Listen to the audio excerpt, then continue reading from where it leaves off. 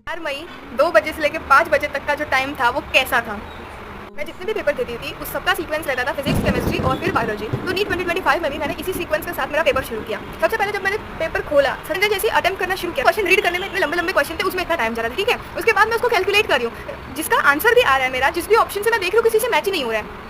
एक तो मुझे क्वेश्चन रीड करने में टाइम गया, दूसरा टाइम वेस्ट गया मेरा कैलकुलेट करने में, और फिर उसमें मैच नहीं करूँ तो पूरा टोटल टाइम वेस्ट जा रहा था। मैं ऐसे एक क्वेश्चन की, दूसरा क्वेश्चन की, तीसरा क्वेश्चन की, चौथा, पांचवा, ऐसे 2 पेज चले गए कि मुझे कोई आंसर मैच ही नहीं करा। फिर मैंने सोचा कि अब स्विच कर देते हैं। जितना आ रहा था फिजिक्स में मैंने जो इजी मुझे लग रहे थे जितने भी थे, तो उसके बाद मैंने स्विच कर दिया था बायोलॉजी में। बायोलॉजी भी मुझे थोड़ी सी लेंथी लगी थी क्योंकि मुझे 50 to 60 मिनट्स मुझे सॉल्व करने के लिए लग गया था बायोलॉजी, और फिजिक्स में भी मेरा टाइम चला गया था ऑलरेडी बहुत सारा। हर दूसरा क्वेश्चन लंबे स्टेटमेंट वाला था, ठीक है, या फिर असर्शन रीजन था, स्टेटमेंट वाइज क्वेश्चन थे, तो बायो भी मुझे लेंथी लग रही थी। उसके बाद जब मैं केमिस्ट्री में आई, केमिस्ट्री को सॉल्व करते टाइम तो सॉल्व करने की हालत ही नहीं बची थी, इतना पैनिक अटैक आ चुका था और दिमाग में क्या क्या चल रहा था वो तो मैं बता भी नहीं सकती कि क्या क्या चल रहा था दिमाग में। तो केमिस्ट्री में जो आते भी थे वो भी मैं भूल चुकी थी केमिस्ट्री के टाइम पे, तो इस वजह से केमिस्ट्री भी मेरी ठीक नहीं थी। ओवरऑल मेरे को 3 घंटा जो भी था ना वो बहुत ही ट्रॉमेटाइज था।